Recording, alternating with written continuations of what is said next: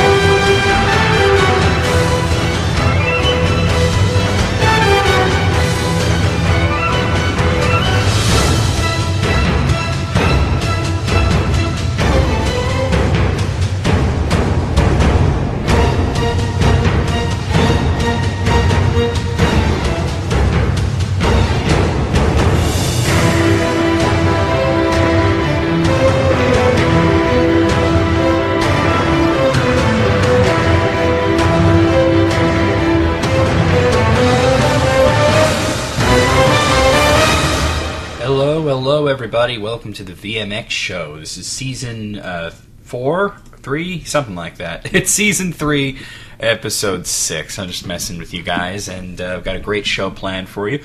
I got your questions and comments, I got lots of great news. I wasn't originally going to have a guest, but seemingly at the last minute I got Caco Silverton to appear on the show. Now, Caco is one of my friends. She has been on the show previously. Last time she was here, she talked about Final Fantasy, mostly both of our reflections on Final Fantasy 13, which I think I had just finished at the time. And most recently, she's sort of blown up. Her channel has gotten a lot of attention due to her video on Bill 978, which I mentioned last week. Of course, a lot of people on the internet are panicking about Bill 978, saying it's going to be the end of Let's Plays, and it's going to put gaming back in the Dark Ages. And Caco did a video about it. She is a law student who knows a little bit more than most people, and unlike almost everybody commentating on this law, she's actually read it and actually knows what she's talking about. So she did a video explaining why this has nothing to do with Let's Plays and such, and why it won't affect anything to do with playing video games on YouTube and channels like my channel or even her channel.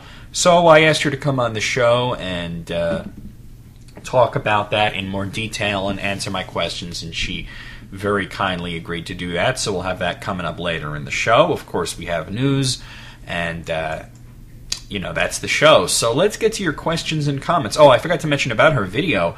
It's definitely gotten a lot of attention. As I'm looking at it right now, there's nearly 9,000 views on the video, and considering that her average views are a couple of hundred, that's, a big deal. So she's gotten a lot of attention. Her video has appeared on the Escapist forums, which is escapistmagazine.com, and hopefully it'll stem the tide of idiocy that's going on with this whole Bill 978 rage outs. People are doing crazy things. They're panicking. They're deleting their accounts and their videos on YouTube. Please, guys, don't do this. Don't commit YouTube suicide just because you think this bill is going to affect you, because it won't. And even if it did, laws can't be applied retroactively, which we'll talk about more when later in the show when we have Caco on. But let's get to your questions and comments. Oh, before I do, you guys, if you didn't know what that opening song was, that was from Shadow of the Colossus on PlayStation 2, an amazing action-adventure game, which is rather hard to find, but as I've mentioned on the show previously, it is going to be coming to PlayStation 3, along with its spiritual prequel, Eco. So keep a lookout for that. Basically, they are part of a series: Eco, Shadow of the Colossus, and I say spiritual prequel because Eco came first, although story-wise, I think Shadow of the Colossus comes first. And the third game, The Last Guardian, come into PlayStation 2 sometime next year, along with Eco and Shadow of the Colossus. Amazing games, amazing music, especially Shadow of the Colossus, which is probably in, I would say, like the top 5 PS2 games ever. But like I said, let's get to your questions and comments. So starting with Jazzmaster909. He says, what do you think of... Oh, this is a good question. I enjoyed this question. What do you think of the Super Mario series lately? Mario is traditionally a side-scroller, but most of the Mario games today are 3D. Do you think Nintendo should start doing more side-scrollers, old-school Mario games, or is 3D the way to go? Well, I think that actually they're doing the right thing in that they're doing both. I mean, on the one hand, you have the 3D games such as Super Mario Galaxy 1 and 2 on the Wii, and you also have the side-scrolling games such as New Super Mario Bros. On the DS and New Super Mario Bros. Wii on, guess what system? The Wii. So I would say that doing both is a great way to please everybody. I really, really enjoyed New Super Mario Bros. Wii. I thought it was one of the best Mario games to come out. And I also thought that the Galaxy games were brilliant. So I'm not going to say that they should stop doing one or the other. I'm glad that they're doing side-scrolling games again, because for a while they weren't getting the 3D right. Super Mario Bros. 64 was a good game, but it wasn't a great game. Super Mario Sunshine was a good game, but it wasn't a great game. Galaxy sort of perfected the whole 3D Mario style, but at the same time I was wondering why they wouldn't do, a new side-scroller with new graphics. It seemed to be that they had delegated that role only to Wario, and you were getting great games like Wario Land 4, Wario Land Shake It, and such. And by the way, Wario Land Shake It is an absolute must for the Wii. But Mario was going only 3D. Bringing Mario back to 2D, but still doing the 3D games, I think was very smart. They get to release multiple games, and everybody is happy, so I'm rather happy with the way they did that. I wouldn't say that... Which one do I prefer? I couldn't tell you. I think they're both great. Dreadnought2448 says, Hey, Necro, really great episode. My question is, what Zelda game do you think should have a remake? I never really gave this much thought because there isn't really a precedent for remaking Zelda games until actually kind of recently. I mean, they re-released The Legend of Zelda: Link to the Past, which was originally on the Super NES on the Game Boy Advance. And although they sort of, added a few things, I don't really consider that a remake. I consider that, like an enhanced port.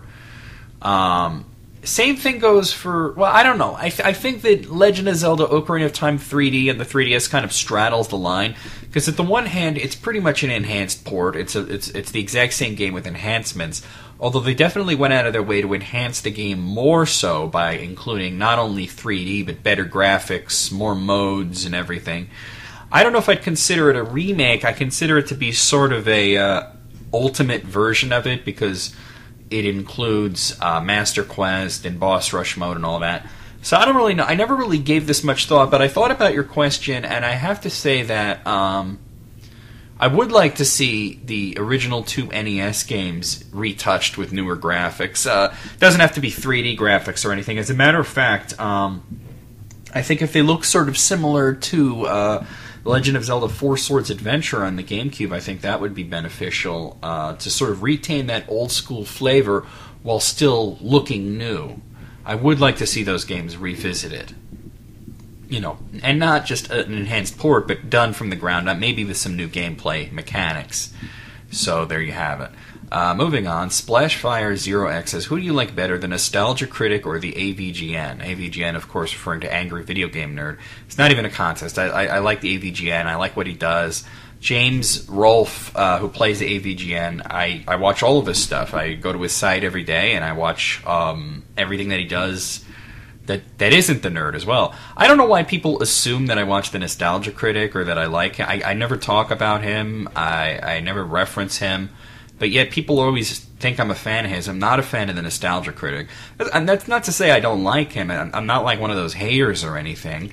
I think what he does is fine. It's just I don't watch it. It's, I don't I don't think he's that great, So, yeah, I don't know. That's not even a contest there for me. God Star Scream. And that's an interesting... Is it like God Star Scream or is it like God Star Scream? I don't know. He says, great show. I only have one complaint, which is your rants are far and between. I think he means few and far between. But it just gets better when you do finally get pissed off enough to rip whomever or whatever a new place where they can shit from it. So funny. The best is still the Seth MacFarlane rant. It came out of nowhere, but damn, it was good. Well, I would love to do more rants, but the thing is, I don't, it's got to come from a real place, so I actually do have to get, aggravated about something, and I'm actually a really laid-back guy who doesn't get aggravated that often, so, that's why they're few and far between. So there's not much I can do about that. It's hard to piss me off. Rocker Josh 717 says, "Oh man, I was hoping for Alex's theme from Street Fighter 3 Third Strike. Good choice, nevertheless." Now, why were you hoping for that? Did you think I don't know why you assumed I was going to play that. Maybe I'll play it later on. I'll see what I can do. I'm no promises. We'll see how the show is going in terms of time. Awesome 3 Gamer says, "One of my relatives is an entertainment lawyer, so I could ask her for more infos." Probably referring to Bill 978. Yeah, feel free to do that and post your findings. I think they'll be similar to what Caco has said. Moving on, let's see. Dave Cornfan says, "Great episode, man. The Wii is better and can handle more than the GameCube could. Like you said, the Resident Evil 4 Wii version had better graphics and is also included the extra features that the GameCube version couldn't fit on its disc. No point in going into any more detail about that because it's stupid. If there are any spelling errors in my comment, it's because my YouTube emulator spelt it wrong." Oh, that's funny. Great comment. All right, I really have nothing to say because I agree with you. Home Video Presents said, or maybe it's Presents. No, I think it's Presents. Home Video Presents said, "I have a Vizio 1080p TV and my PlayStation 2 and Wii games look horrible on it. Is that the case with all HD TVs?" Yes. You are playing standard definition consoles on a high definition television. It's going to look like crap. Nothing you could do about that except also have a standard definition television. If you plan on playing PlayStation 2, Wii, or any of the older consoles, anything that's a standard definition console, you really want to have a standard definition television. Otherwise, they're going to look like that. As a matter of fact, one thing that I've seen that people, certain types of people, not people really that watch my show, but they'll say the Wii has terrible graphics, and I'm like, I don't think the Wii has terrible graphics. I've seen games on the Wii that look just as good as the average game on 360. Not like the hardcore amazing games. You're not going to see Crysis running on the Wii, but I don't think that the game system has bad graphics. And I figured out that most of these people buy their Wiis and they hook it up to their HD TVs where they have their PS3 and their Xbox 360, and they're getting not the representation of the system that they should. HD TVs only make graphics look better if they're presented in HD. So in the cases of systems like the PlayStation 2, original Xbox, the Wii, the GameCube, or any older system, to get the most out of them, they're going to look better with a standard definition television than they would with a high definition television. So, definitely, especially if you're pushing it to 1080p. So I'm going to say that that's definitely the case. Don't know what to tell you. Hope you have a standard definition TV that you could play those systems on. They'll look a lot better. Adelanoth says, "Hey, I realized something. It's from kind of a long time ago, but on the playthrough of Super Meat Boy in the Salt Factory, you wondered why salt hurts meat. It's a bit random, but my theory is that he's meat as in a wound, not meat as in steak. So salt burns on a wound, and that would also explain Bandage Girl. Again, just a bit of a random theory." You know what? I think you're onto something there, especially that he trails blood everywhere. So, and as a matter of fact, I call him Super Meat Boy, and I say he's made out of meat because to me that's funny. But in the intro of the game, it does say that he just has no skin, which would mean salt would just suck. I don't think it would make him explode into a fountain of blood. But it does make sense. I was just goofing when I say he's made out of meat. I think you're absolutely correct. He's just a dude with no skin, as actually does say that in the game. So your theory is more than that. I would say your theory is fact. GamePlayer596 says, interesting and informative show as always, Necro. Rather enjoyed the opening song and the Rosie O'Donnell Jeffrey Dahmer discussion. Yeah, that was fun. I like random questions like that. Question for you, did you ever watch or get into the old 90s kids cartoons? Ones like Cat Dog, Johnny Bravo, Dexter's Laboratory, Samurai Jack, Cow and Chicken, or Ren and Stimpy? I'm sure there's many I missed, but if you ever did watch any, what was your favorite? Well, most of those are a little after my time. You got to remember, I'm 30, so at around that time, I was not really watching Nickelodeon. I did watch Ren and Stimpy in the early seasons, and I thought it was brilliant. And as a matter of fact, it's interesting that you bring this up, because just recently I was working on a Zombie Sneak Attack song called "I Was a Teenage Were Lesbian." Yeah.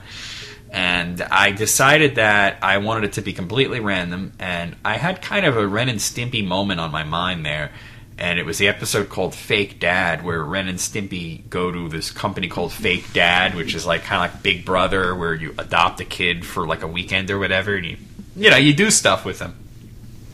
And they tell them that, there's going to be this 7-year-old kid who hasn't had much love, and they think they're doing this amazing charitable thing. And it turns out that they're looking after this huge, hairy convict for a weekend. And he just, he drives Ren crazy. And there's this great part where they're trying to have a picnic, and Ren just wants to wallop this guy with a wooden spoon. And Stimpy is like, now Ren, you're his fake dad. You have to show him love. And Ren's like, but he's driving me crazy. So, there's this great part where it's like, what kind of sandwich would you like, Kowalski? Meat! And what kind of bread would you like, Kowalski? Meat! Meat on meat, eh? I just love how it's full of tension, and then the guy makes him toast the meat, and then he's thirsty, and he's like, what would you like to drink, Kowalski? Meat! Pour him a glass of meat, will you, Stimpy? And then he actually pours a glass of meat, which cracks me up. So I turned that whole scene into a Zombie Sneak Attack song. And then it got me kind of in the mood, and I was like, man, I forgot how good Ren and Stimpy was, because the creator, John Crispolucci, I think that's how you say his name, Nickelodeon actually fired him after a while because of his constant clashes with standards and practices. They wanted the show to be, educational and heartwarming, and he wanted it to be sick and twisted. And they fired him, and they continued Ren and Stimpy for a few more seasons. But the problem was that it wasn't the same. I mean, they had like boogers and farts, but it was like that was just lip service. It's like, we're doing this because it's what people expect, and it wasn't really funny. So I kind of stopped watching the show. But the reason I forgot how good it was is because I just naturally assumed, I don't know, maybe I outgrew it. Maybe it's just, it was never funny and I was stupid.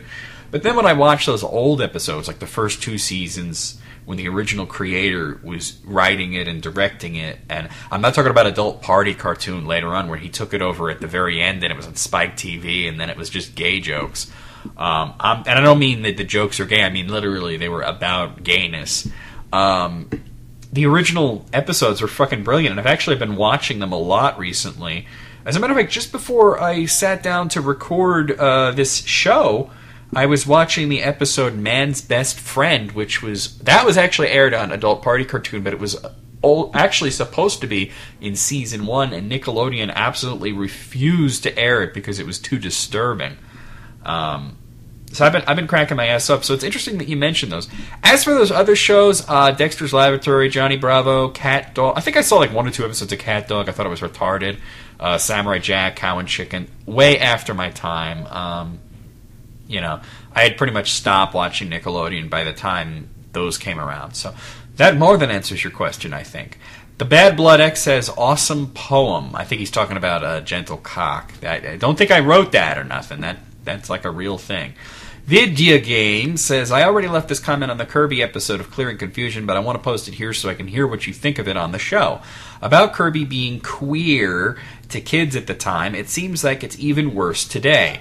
Now a lot of people call shit that doesn't involve violence or guns or war queer, as if anything to not involving a somewhat realistic setting gay, except Pokemon, which because that gets a free pass for novelty. I'd just like to know what your thoughts on that matter are. I don't know, I think you know, there is some of that, but at the same time, I think that a lot of times there's a nostalgia factor. I'm talking about people my age, not kids, that back in the day it was like, oh, that's gay, but now it's like, oh, hey, I love that was a great game. Kirby rocks, you know. I'm not talking about kids. I was talking about people, you know, my age. As for kids, you know, they'll grow out of it, hopefully. Caco Silverton, well, she's coming on later. I don't need to read this, but you know, she just says that I already talked about Bill 978 and that she enjoys the show.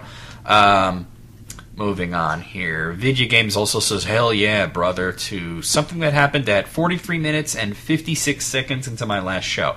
Now, normally that drives me crazy because I have to go and look and see what it is. So, due to this whole new setup thing where I have the speakers on, and I'm using the same setup that I am for videos. So let's go see what it was that I said in last week's show, at 43 minutes and 46 seconds into the show, that made Video Games say, "Hell yeah, brother."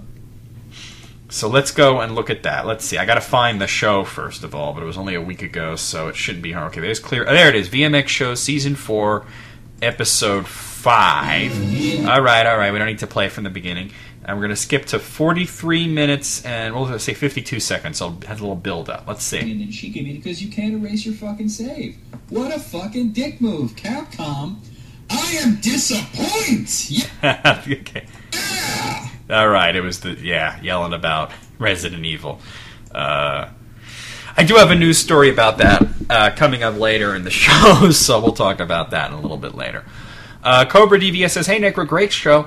Quick question: what might you consider to be your favorite low-key game developer? And by that I mean a game developer that just always delivers and doesn't always make a huge buzz, like let's say Treyarch, Bungie, and Infinity Ward. I would have to go with id. Love Doom, Wolfenstein, and all that, and I'm really looking forward to Rage, which comes out later this year. I wouldn't call id a low-key developer at all. I mean, Doom, Quake, Wolfenstein, those are not low-key games, but I would have to say Exceed would be the one I would pick for that. And let me bring them up here. When I think of Exceed, I'm thinking of like I spelled it wrong. How did I spell that wrong? I think of, like some of the Nihon Falcom games. Nihon Falcom definitely. Actually, I think Exceed actually publishes them. But here, just an example of some of the stuff that has come out from Exceed. East games, Valhalla Knights, Wild Arms 4 and 5. Rune Factory, Frontier, Little King Story, Half Minute Hero. That was a great one on the PSP. They also made Samurai Showdown Sen, which wasn't that good, but yeah, they're a publisher. Okay, developer. I was, I was actually thinking of Nihon Falcom. Nihon Falcom are mostly known for the East games. They've also done Legend of Heroes. They've done Zwei. They've done Brandish. I didn't like Brandish, but they've done the Dragon Slayer series. So I would say they're a very low-key developer that I've enjoyed their games. Also Atlas, they're pretty great. But let's move on. Where was I? On my little question and answer file here. Oh, here we are. Razarath92 says, "Great show, Necro. My question is, what is the dumbest concept you've heard for a game that worked?"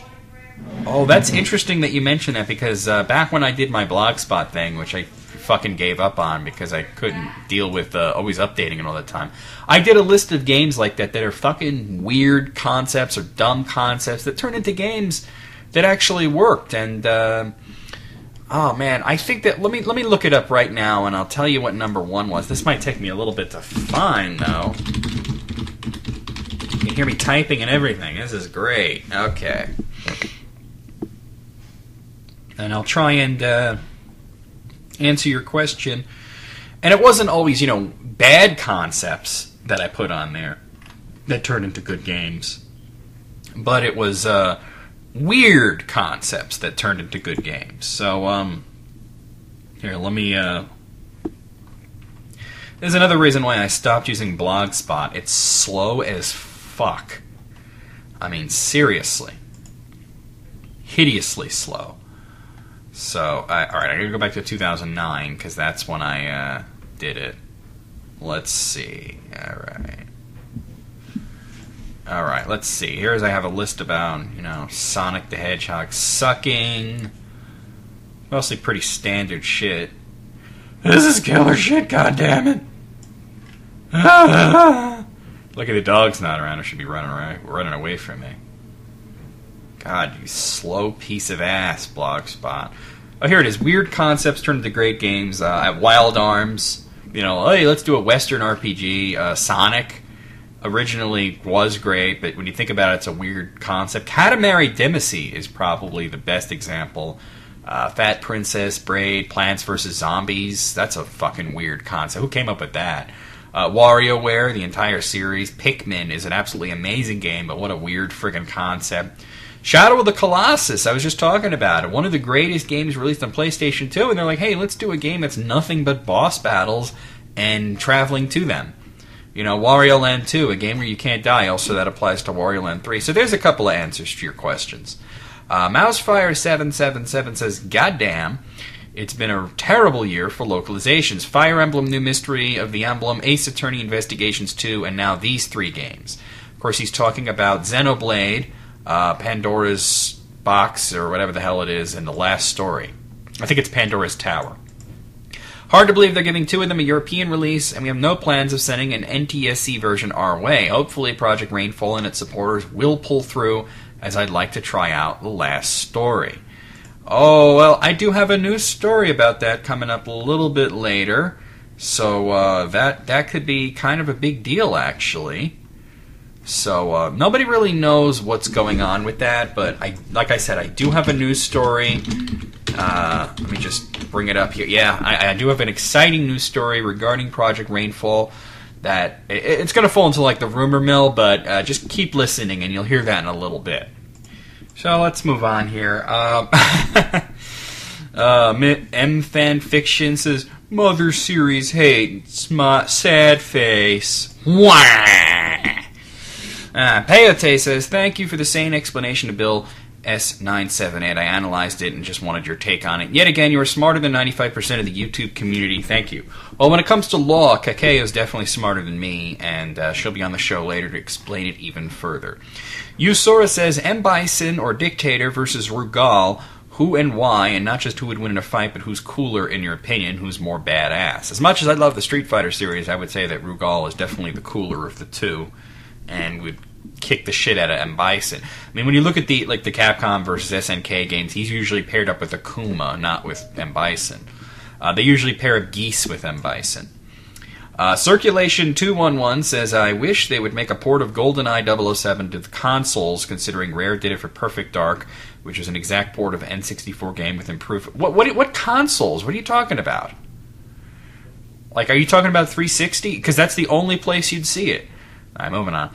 I don't understand why they wouldn't have done the same with GoldenEye. They both use the same engine and are practically the same game. Alright, I'll tell you why. Because it's a licensed game and that they don't have the James Bond license anymore. That belongs to Activision. Duh, winning.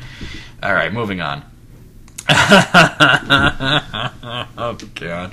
Chubby Luigi says, damn, that emulator is dumb. And also, what the fuck? What if I want to restart my game again? Talking about Resident Evil again. Fuck you, Capcom. I'm not buying your games until you fix this shit. Used games have been around forever. Deal with it.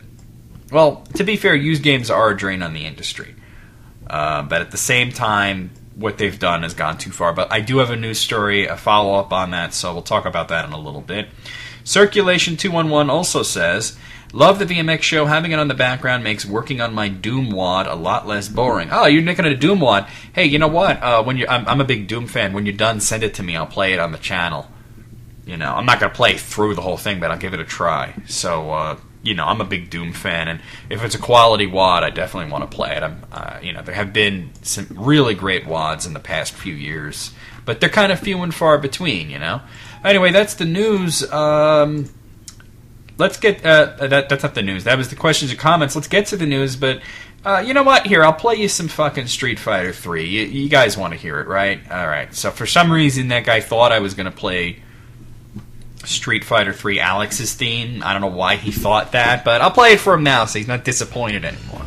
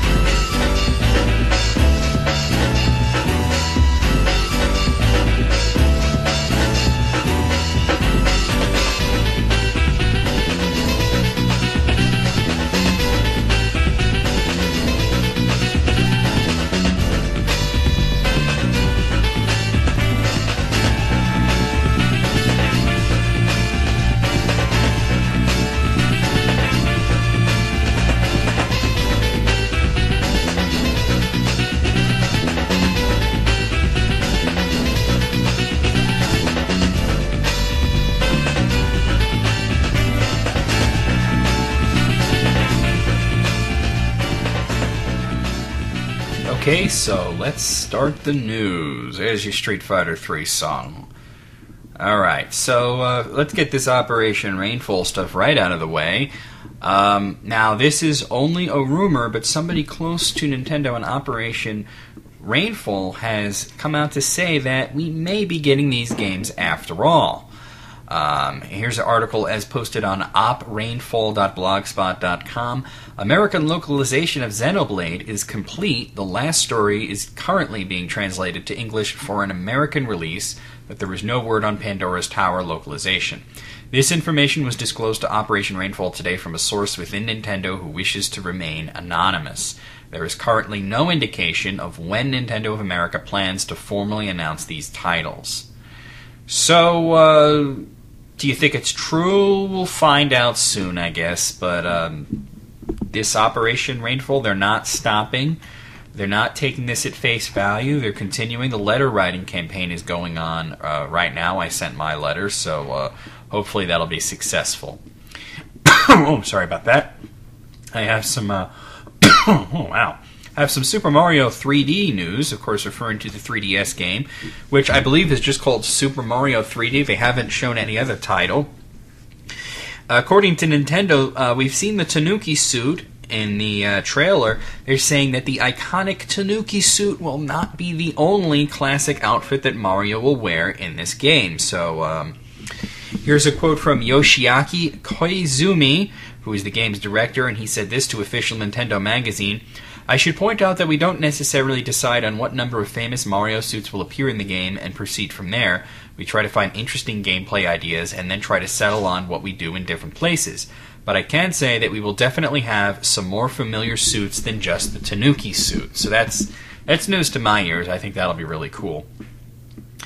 Now, here's some news from Capcom. We talked about Resident Evil The Mercenaries 3D only having one save file and it being a huge issue. Well, they have released a statement regarding this, and this is what they say about it. In Resident Evil The Mercenaries 3D, all mission progress is saved directly to the Nintendo 3DS cartridge where it cannot be reset. The nature of the game invites high levels of replayability, encouraging fans to improve mission scores. The save mechanic ensures that both original and unlocked game content will be available to all users. Second-hand game sales were not a factor in this development decision, and we hope that all our customers will be able to enjoy the entirety of the survival action experiences that the game does offer. So they also say there was no intention of lessening the experience of the game. Essentially, Resident Evil The Mercenaries 3D was treated like an arcade fighting game. You unlock characters, levels, etc., and they just stay unlocked as they would in the arcade machine. There was no hidden motive to prevent buying used copies. It was not some secret form of DRM. It is simply the way we designed the save system to work with the arcade type of gameplay. Well, they got to realize, first of all, I don't believe half of this. I think they're backpedaling. And secondly, I think they got to realize this is obviously not an arcade game. This is a home game, and sometimes you want to buy a used game, or maybe just play it again, or maybe somebody else in the house bought it and now you're going to play it. You want to be able to just go through that pleasure of unlocking things again. So they also say Resident Evil The Mercenaries 3D consists of 30 time-based missions through which the player unlocks skill upgrades as they progress through the game. Anyone purchasing a copy of the game secondhand would have access to all the missions and skills that the original owner unlocked, in addition to the content that was available to the original user. I don't know. Sounds like backpedaling bullshit to me, but that's what Capcom's saying. Personally, I don't think you should buy the game. They also go on to say that they are not going to include this in future titles, so at least it seems that they have learned their lesson. Now here's some interesting news. John Carmack of id Software has officially endorsed the Wii U, saying that it has enough horsepower to handle the types of games that he wants to make. So here's a direct quote from John Carmack himself. It should be a slam dunk to move over to Tech 5 games on there. We haven't had that discussion yet as a company, but it seems technically like it's a valid target, so I'm always happy to go ahead and get a new box in and see what it takes to bring up and see the pros and cons of the choices they made. I think that they probably made a fairly intelligent decision with the Wii U. And talking about the touchscreen and the tablet, he says, I think there may be more good uses of that than the current generation with Connect and Move. There's clearly a subset of games for which things like that are appropriate for. We've been going on with how we can use those types of motion things with Rage, and it's hard to take a game that's fundamentally designed around a controller and get value out of doing some of those other things while adding extra touch interfaces there. It seems like something that almost every game could make use of without being just like, oh, we have to do something like this. Because if you remember when the DS came out, there was a lot of talk about how, isn't this going to be a gimmick? But really, it did turn out to be quite a good interface to build on. So, some kind words about the Wii U from John Carmack, creator of Doom and Quake. Speaking of the Wii U, I did a news story a few episodes ago where the PlayStation 4, I was saying, don't expect to see this thing until like 2013, 2014, but it looks like that Wii U announcement might have made Sony have to jump the gun. So there's a current very strong rumor going around that the PlayStation 4 may be released next year. This would, of course, sort of go against their 10-year plan, although as they haven't given up on support of PlayStation 2 right away, they might still plan on supporting the PlayStation 3 for the full 10-year lifespan that they've claimed. Personally, I think they are jumping the gun. I think that they should wait. I think that the PlayStation 3 has only started to gain some steam in terms of sales in America and better games, so I think that they should ride on that a while before unveiling another console, but that's just my opinion. Gears of War 3 has been leaked out into the internet, and police are on the case. Here is somebody from Microsoft, an unnamed person from Microsoft said, "We have seen reports of Gears of War 3 content being propped up on the web and working closely with our security teams and law enforcement to address the situation. This content is not from a final build and is not representative of what fans will enjoy when the game launches worldwide on September 20th, 2011. So it appears that some sort of beta of the game has been leaked, or possibly it is the final game and that he's lying. This is my thought. Personally, I think that they either leaked it themselves, or Epic Games leaked it themselves, or perhaps they found out about the leak and they said, well, let's see what people who are going to play the leaked version of the game are saying about the game, and then we can make any tweaks before it's released. That's maybe a more cynical thought, but that's what I'm thinking. Speaking of police activity, Italian police have arrested 15 more people suspected of being members of the hacking group Anonymous, and 5 of them are minors. They were arrested from various regions in Italy, as well as a 26-year-old guy in Switzerland, or he was from Switzerland, who was suspected of approving attacks on Italian government and websites. So, and law enforcement all over the world seems to be coming down pretty hard on Anonymous. Here's some news out of Nintendo, and it seems that this is more of a preemptive measure than anything. If you remember Space World years ago when they first unveiled the GameCube and they showed the demos, some of which, like the Luigi's Mansion thing, would become games, others of which, like The Legend of Zelda, would not become games. And of course it was a big surprise that when at E3 they showed Legend of Zelda The Wind Waker with a completely different graphic style. Wow. There was a very realistic-looking Zelda game-type demo shown at this year's E3 running on the Wii U hardware, but Nintendo is saying, hey, when we do create a Wii U Zelda game, it might not look like this. And just saying, warning you ahead of time. So here's a quote from Eiji Aonuma, who says, "You probably remember when we introduced the GameCube, we showed a somewhat realistic Zelda demo. What we actually created was the cel-shaded Wind Waker. So when we show a graphic demo, people think, oh, this is what the next Zelda will look like. But that's not necessarily the case. So there's a possibility that it may not look like what you've seen. So guys, don't get your panties in a bunch if that's what happens." Moving on, Team Bondi and Rockstar Games have been going at it, especially due to the reports that were poor working conditions with the making of L.A. Noire, but they are officially on the outs. Rockstar has said that they will not publish Team Bondi's follow-up to L.A. Noire, so it looks like L.A. Noire is getting a sequel, but it will not be published by Rockstar Games. So who knows who's going to publish it, if anybody. Hopefully, people will say, look, we're not going to publish this unless we know that the working conditions were safe, fair, and lawful. So I think that's a good thing. Here's some new downloads coming for Nintendo services. On WiiWare, we have Just Jam coming out for 800 Wii points. That's $8. Get ready to mix, match, and lay down your own tunes with this live music maker. Do you like music? Then it's time to feel the groove with Just Jam. Pick up that Wii remote controller and get ready to mix, match, and lay down your own tunes. Sounds horrible. Let's move on. For the, let's see, this is coming out on Nintendo 3DS eShop and Nintendo DSi, where it's called Jewel Keeper's Easter Island. This is for $4.99 or 500 DSi points. Welcome to Jewel Keeper's Easter Island, an absorbing match 3 game with okay, it's Bejeweled. Moving on. So many games try to be Bejeweled and they just call it something else, some weird theme.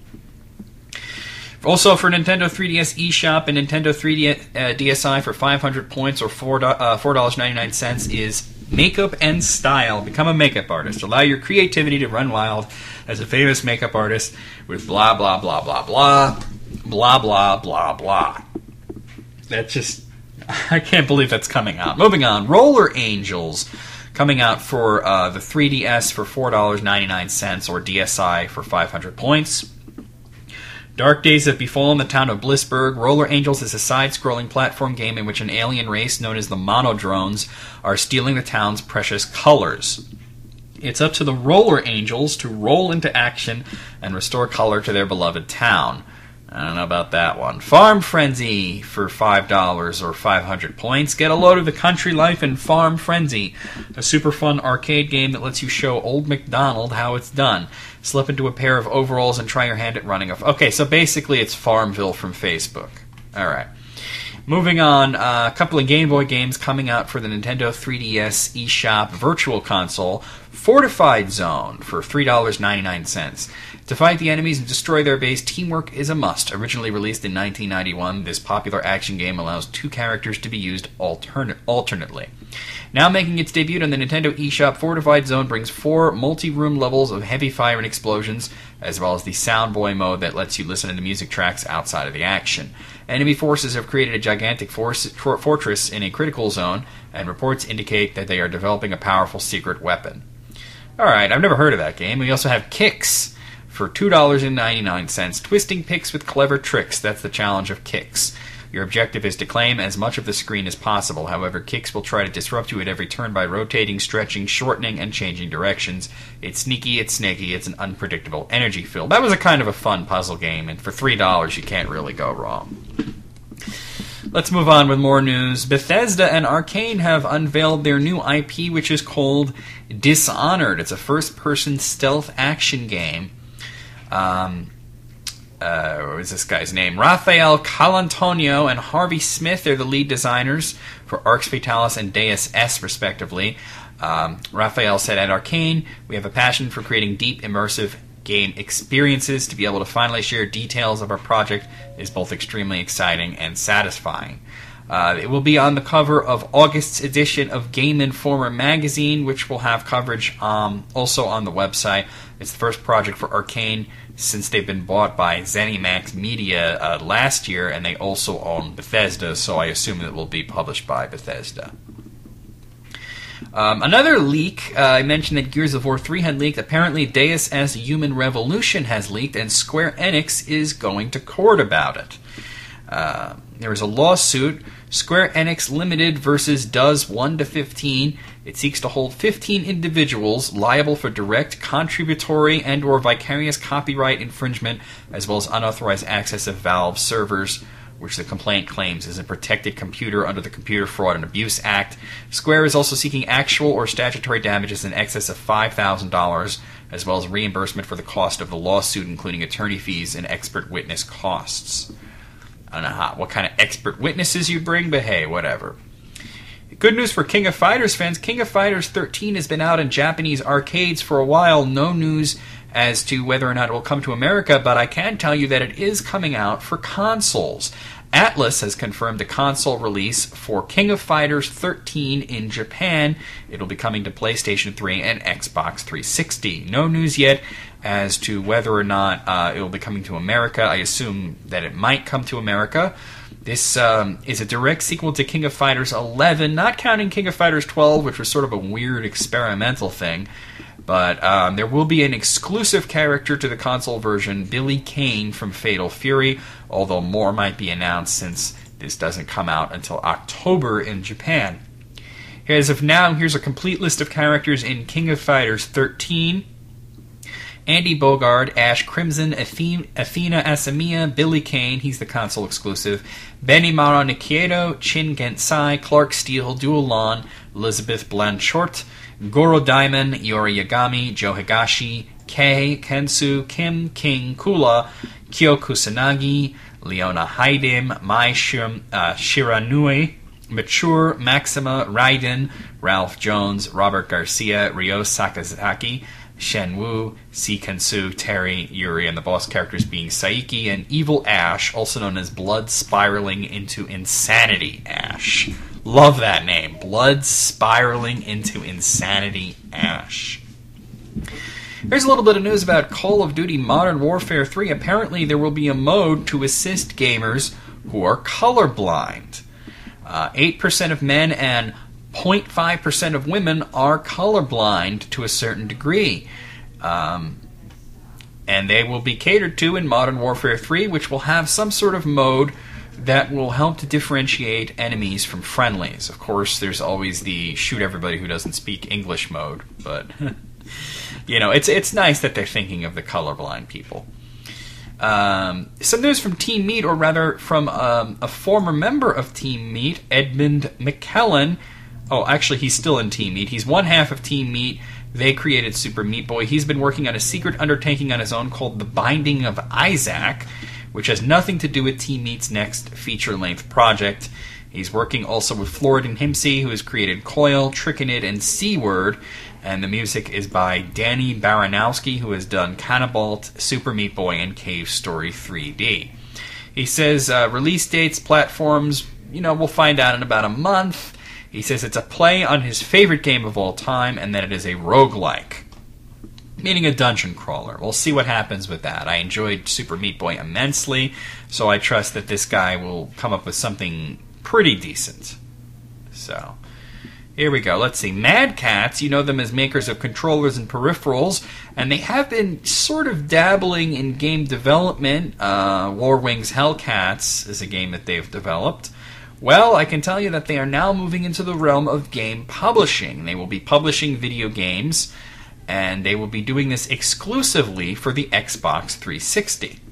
So that's interesting. They are now formalizing an Xbox 360 publisher license agreement, which will allow them to publish retail titles on the console. So that's interesting sort of news. Mass Effect is getting a movie. Legendary Pictures is bringing us the Mass Effect movie. They have brought us titles such as The Dark Knight and Inception.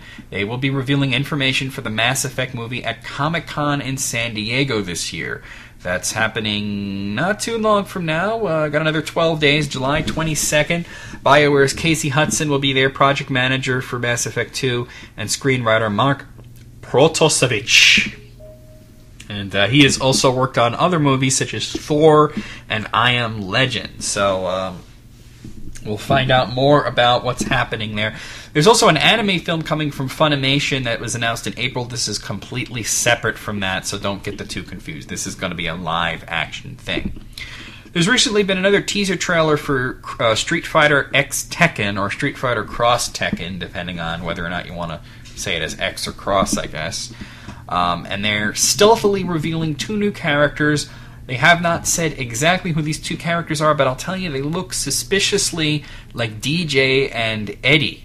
So we'll see. They definitely look like that.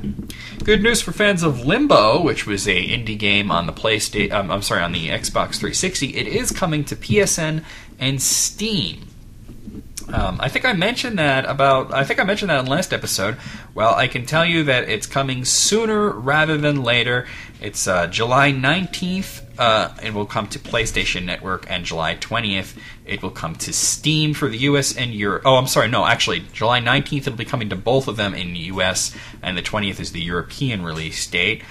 Okay, all right, I'm reading this wrong.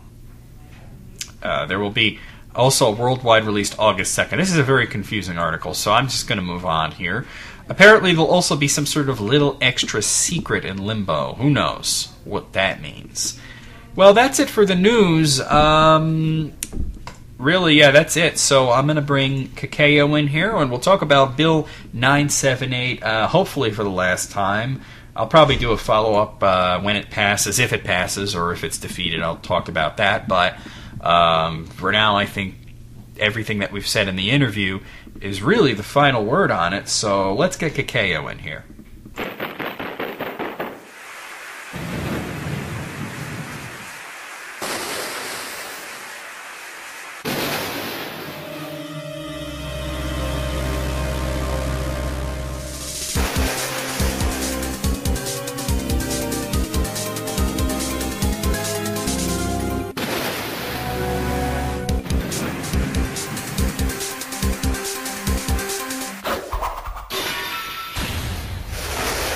And I'm welcoming Caco back to the show. She is a gamer, an LPer, and an advocate of common sense.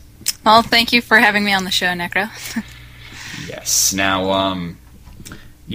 of course, I wanted to have you come on and talk about Bill 978. I talked about it last week on the show, and pretty much just paraphrased your video. And, of course, you have a video, and the last time I talked to you about your video, I said that it had been blowing up because it had like about 1,000 views, and I'm looking at it now, and it has about 7,000 views. And it's been featured on something called the Escapist Forums. Yeah, I was seeing that actually, and I got a partnership offer from YouTube for the video. I get those all the time. I don't usually get them. Like, I only have like a few hundred views on most of my videos because they're just Let's Plays. It actually doesn't have to do with views. It has to do with like somebody who works for YouTube finding your video, and they flag it as being, maybe this person would be interested in this. Ah, gotcha. But the thing is, all the videos that it's been offered for, none of them are gameplay videos because they don't actually allow partners to show gameplay unless it's like machinima. Gotcha. But let's talk about that because you're a law student currently, and you know more about the law and the average YouTube user. A lot of people are upset about this bill. They don't understand it. I've even seen people over at Project Rainfall saying they want to make it their next target.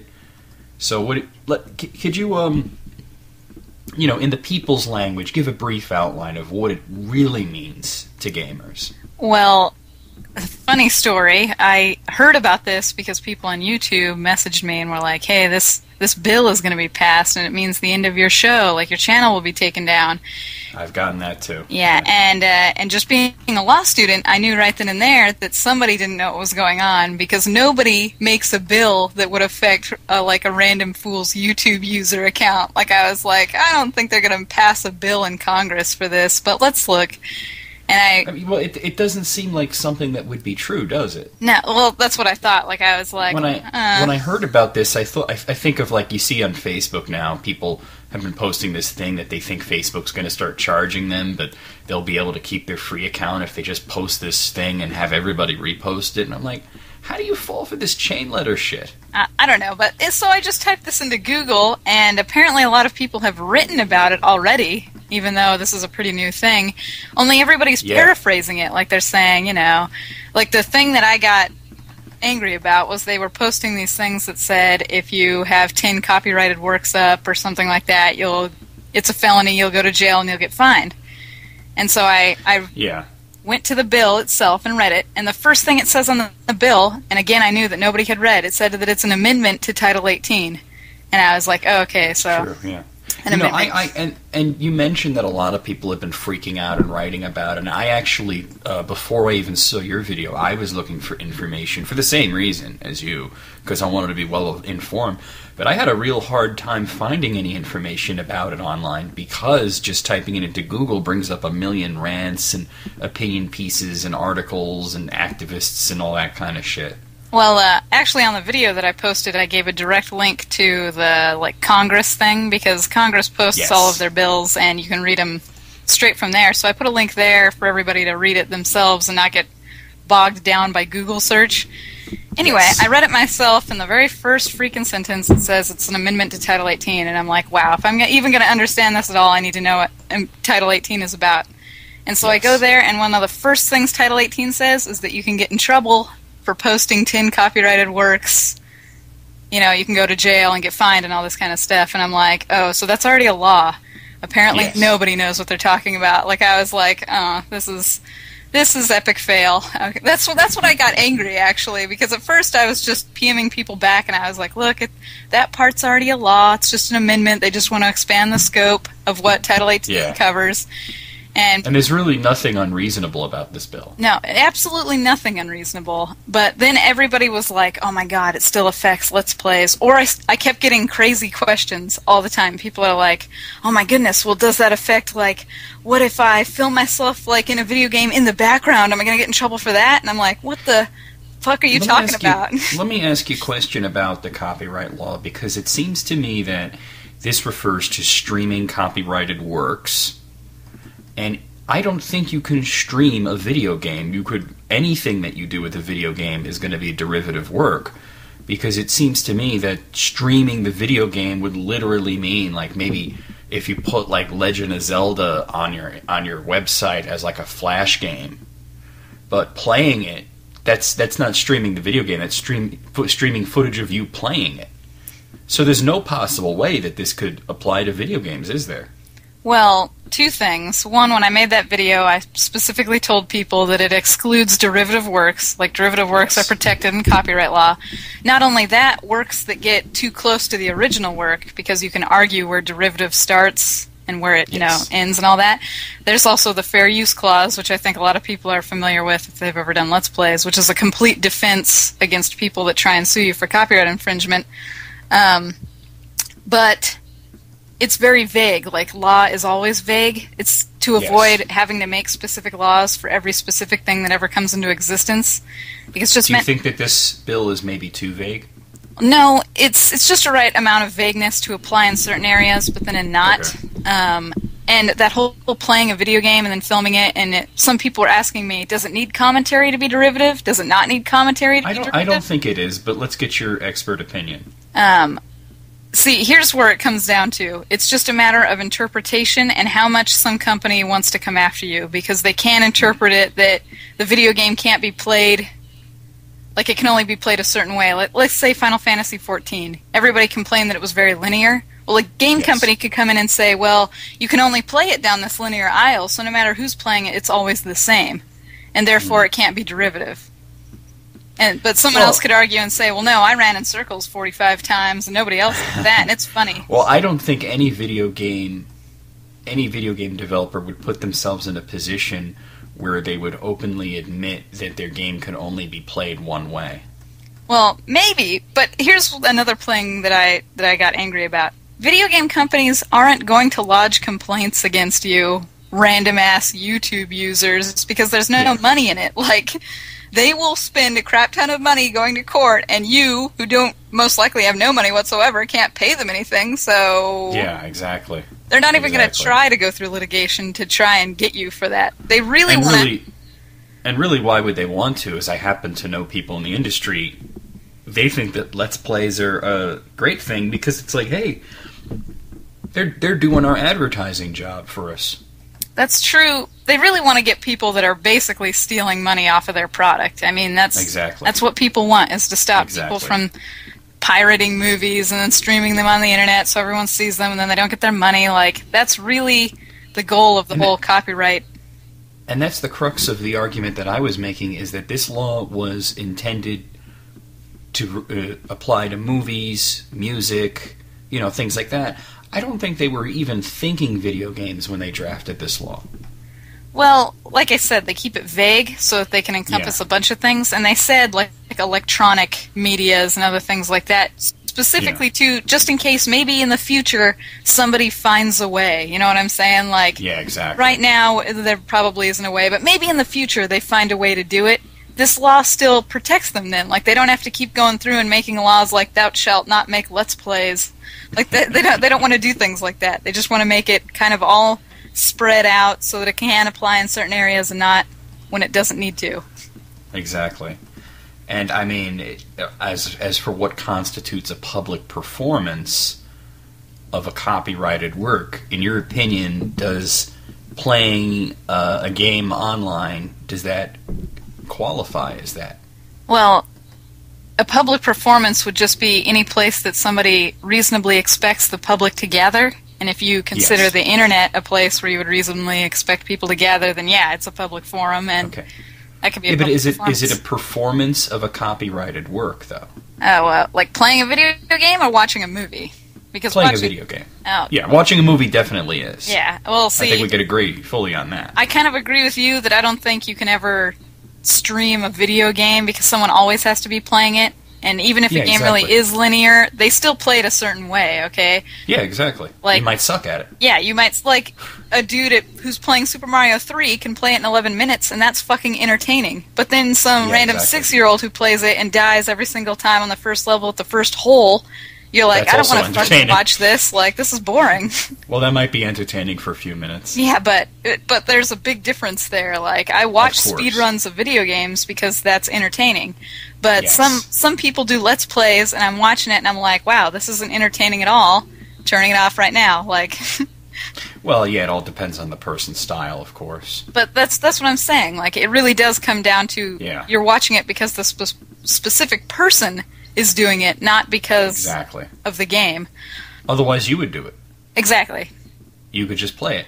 And it seems to me that when it comes to video games, you mentioned, like, you know, Super Mario Brothers 3, you could blast through it, or you could take your time and suck at it.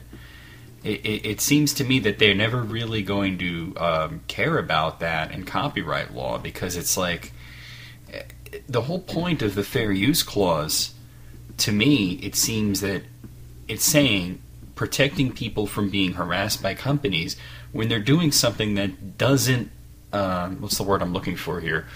It doesn't take any money away from them, as you would say. You know, you're allowed to use copyrighted works in certain situations, and if you're doing it for educational purposes, if you're doing it for parody purposes, if you're doing derivative works, as you call them, or even if you're doing something like a review, that's all covered, right? Oh yeah, those are all considered derivative works under the fair use clause. I mean, they've been around for a very long time. Like, people have reviewed movies since they had no sound and they were in black and white. It's true. That's true. And it helps when you show footage. Yes. Also, a lot of people keep quoting things like this is infringing people's free speech. That's totally incorrect. This actually isn't anything about free speech. It's about... I don't see how that even... Yeah, well, a lot of people have been commenting that this is a free speech issue, it'll never go through, and I'm like, this has nothing to do with free speech, and I just wanted to get that out of there, like, out here. This is about copyright stuff, like people who say they have, like, some sort of intellectual property that they want to protect from being... A lot of the times, people just don't want it disgraced. You know, like, people give bad reviews, like, oh, this game sucks balls, don't play it at all. Like, they want to protect themselves from that, but we still let people review things. But that falls under fair use, though. Yeah, exactly. That's why we have fair use, is because we don't want to turn into, like, communist China or Russia, where we go around saying things like, well, you can't talk bad about that dude's food because we like that dude. Like, we don't want to turn to that. You know, there actually was a court case recently in China where somebody was jailed for a restaurant review. I was reading that somewhere. I don't remember where I read that, but yeah. I forgot where I read it too. It was a news site or something, and they were saying that basically, even the Chinese government agreed that you can give negative reviews, but they were like, well, he was being mean about it. Well, there is a difference between giving a review and slander. You know what I'm saying? Like, just flat out lying, saying things like... I don't think he was lying, but they were saying that... keep in mind, this is China. They're not exactly big on human rights there. They were saying that it's unfair for him to give the restaurant a poor review unless the person tries, like, every single dish. Yeah. Well, I think I read this on Cracked, because I do read a lot of... Because somebody was saying that there was in Denmark a case where some guy gave a bad review, and then in Denmark law, apparently you can't give a bad review unless you honestly believe it was bad, and somehow they proved they didn't honestly think it was bad. And then he got jailed. There are people who come into critique with bad intentions. I hate to say it, but there are people who get that mentality. They'll walk into a movie theater saying, I can't wait to slam this movie, and they haven't even seen it yet. That's true. I just don't know how you would prove that. That seems pretty... Yeah. And you know what? I think it was Cracked, because I read Cracked also, and if you read Cracked and I read Cracked and we both heard this, that's probably where it was. Yeah, true that. But anyway, I needed to get that out there. It's definitely not a First Amendment issue. It has nothing to do with free speech. And how do you feel about the fact that your video has just become a rallying cry for people who are sick of others not reading things through and going into a rage blindly? Well, I'm glad, because I was actually fearing that people would see my video and be like, well, you don't know what you're talking about, and then just get all trolly and, raging all over the place again. But no, have you gotten any comments like that? A few, but they have all been so retarded that they have made me laugh. Like, somebody posted a comment that was like, intellectual property is theft. Like, that's what they posted, and I was like, what is I saw that. I don't think that person even knows what they're trying to say. Exactly. I was just like, what? And somebody else was like, well, you're talking down to us because we don't all know the law. And I'm like, no, I'm not talking down to you. Yeah. I even responded to that guy. I thought it was... Well, I flat out said I hate it when people talk like they know what they're talking about, but then they didn't even read anything. So many people on YouTube were posting videos like, this is going to be the end of all Let's Plays and game reviews and sign a petition, get rid of this thing. And I'm like, you didn't even read it. You don't even know what you're talking about. You know, I think I responded to that guy because he was basically accusing you of expecting everyone to know the law. Yeah. And that's not at all the case. You're just expecting, if you're going to get up in arms about something, at least know what you're getting up in arms about. Exactly. And I just imagine the Congress people that get all this huge petition of people being like, don't take away our video games and Let's Plays. Like, they're just going to be And confused. they're probably like, what's a Let's Play? What is that? Exactly. They're just going to be like, what? You know, but it reminds me of they did this on the Man Show years ago, where they went out with petitions and clipboards to stop women's suffrage, and so many people just didn't. It was an experiment to see, but people didn't know what the word suffrage meant. It means your right to vote, but because it sounds like suffering, there were many women who were coming up and signing this and thanking them and everything, and almost like out of the 100 people they showed, only 2 people knew what the word meant. Well, it's just, you need to inform yourself before you sign your name. Exactly. I don't know. I wouldn't have signed a petition unless I knew what I'm signing about, and so it just gets me a little upset that people talk like they know what they're talking about, and they're trying to rally people to their cause, yet they're giving false information. Imagine being a lawmaker and getting a petition signed by a bunch of women trying to waive their right to vote. Yeah, it's just crazy sometimes. I don't know. I mean, I guess at some point somebody didn't want their Let's Plays to go away, but who started this? Who got on the web and was looking at Congress bills that were before Congress and was like, oh my god, this applies to video games, I must warn everybody, and just flew off the handle and started this wildfire? It's been on major websites like IGN and Games Radar, and they don't get it either. See, that's another thing that irritates me. Big websites are now talking about this. I thought that this was just a YouTube thing, some random guy saw it and got all angry, but no, legitimate places are talking about it like they know what they're talking about, and I'm just like, you guys. Well, I think they kind of fell into the same thing that I did, is that they hear about it because probably they all have forums, people start talking about it, and they're like, okay, this sounds like news, let's research it and do a news story about it. They go on Google, and literally all they find is people cherry picking the bill, giving their own warped perceptions of it, and really, as you say, being completely misinformed. Yeah. Well, there's another thing, too. The bill goes 2 ways. Not only does it broaden the scope, but it also narrows it down in an aspect. Originally, Title 18 has it so that if you ever have 10 offenses, that you can be fined and jailed. Now, they're adding and this is within 180 days. Well, no. That's what the bill is going to amend. I believe it's putting in the 180-day clause so that it protects you. If you had some offenses years ago, they can't come back and haunt you type of thing if you're... Well, not only that, but it can't possibly apply retroactively, can it? Well, some laws can apply retroactively, but they most likely state it in the law. Yes. And that's usually for criminal offenses, not civil ones. Yes, that's very true. There's a big difference between criminal and civil cases altogether, and I could talk for hours about that, but yeah, that's very true. Of course. Well, we don't have hours, unfortunately. I know, but It'd be great I don't want to get into it too crazy, but you're totally right. Those are different things. So, everybody unclench, relax your anus, stop worrying about, your stuff like AVGN or Machinima, your Let's Plays. My videos aren't going anywhere. It's not the end of my channel. Yeah. And just chill. There's no reason to be upset. Yeah. Really, there's no reason to be upset, and it's not even like it's passed yet. You know what I'm saying? I almost feel like this is a preemptive, everybody's head exploding. Oh, yeah. Well, do you think this will pass, or do you think that it's just going to be shot down because of so many people being opposed to it? Well, I looked at the bill, and it actually has a lot of supporters. But, I mean, their supporters like the Actors Guild. Motion Picture Association of America are on there, They support it because they obviously don't want their movies pirated and stuff like that. So maybe it'll get passed, but it just depends on how much they tack onto a bill, because a lot of bills can actually get bigger before they're passed.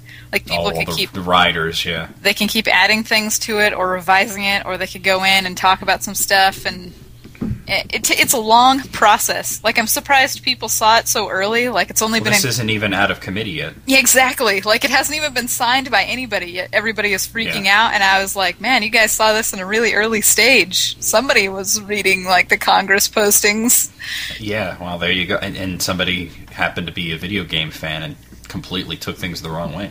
I just had a funny thought. Imagine the president getting the bill for final approval, and he's like, fuck this, I'm not signing this, I really like machinima. That would be funny. Yeah, imagine really if it goes that far, that the misinformation creeps into our own government. That would be funny. Actually, another thing that I was disliking was everybody was talking bad about our government, like they don't know what they're doing, and everybody's a retard in Congress. And I'm like, no, that's not that. They just want to stop piracy. Not for that reason. Yeah. Not for that reason, anyway, right? Yeah, not for this bill. I mean, this bill obviously is just them trying to cut down on theft. Do you think people maybe just want to bitch about the government, and this is one of their avenues of doing it? Yes, that happens all the time in history. Everybody just wants to blame things on the government, you know, tell them that they're bad, they could do it better if they were in charge, yada, yada, yada. I mean, it doesn't matter what you're doing. You always, like most people think that, like, oh, my boss is retarded, I could do it better if I was the boss, you know, all the time. And I understand it to a certain extent, but come on, it's not like everybody in Congress is freaking retarded, okay? And just to prove to anybody listening that you know what you're talking about, just give me a little bit of your background. You're in law school right now, correct? That's right. I'm my second year in law school, working on my Juris Doctorate to be a lawyer. I currently intern in the law office.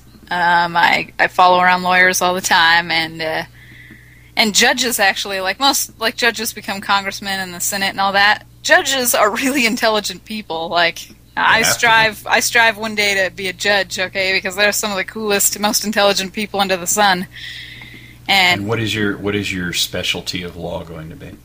It's most likely going to be criminal defense and property management for landowners, not tenants. So. Okay.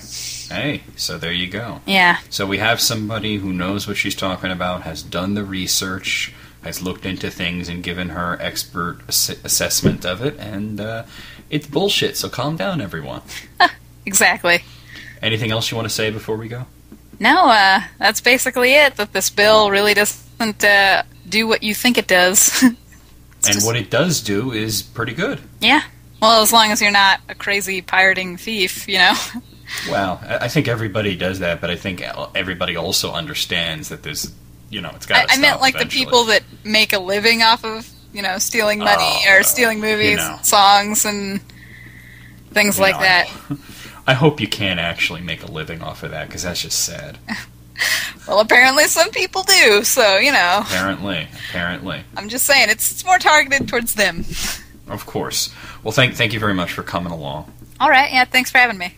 Yeah, okay, and then we'll get back to the show.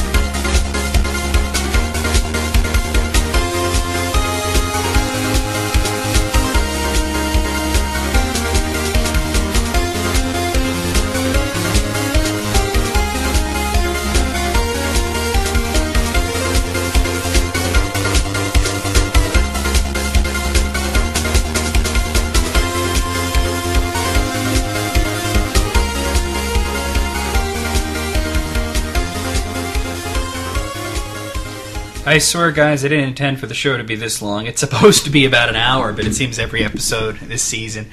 You know what? I'm just going to say it's not supposed to be anything. It's about what it needs to be. I originally planned for this episode to not have a guest, and managed to get Caco on here. I want to thank her coming on here and setting the record very straight in regards to Bill S978. So hopefully some people who have listened to this have unclenched their buttholes. If only a little bit. Well, I'm going to end the show as I always do with the video game sales chart, so let's get to that. So here we have the top 10 best-selling games in America for the week ending in July 2nd, 2011. We have The Legend of Zelda Ocarina of Time for the 3D for the 3DS sold 59,483 copies. Zumba Fitness on the Wii sold 57,439 copies. Mario Kart Wii for the Wii sold 52,138 copies. Wii Sports Resort for the Wii sold 47,708 copies. Sniper Ghost Warrior for PlayStation 3 sold 44,134 copies. Wii Sports for the Wii sold 40,879 copies. Wii Fit Plus for the Wii sold 40,801 copies.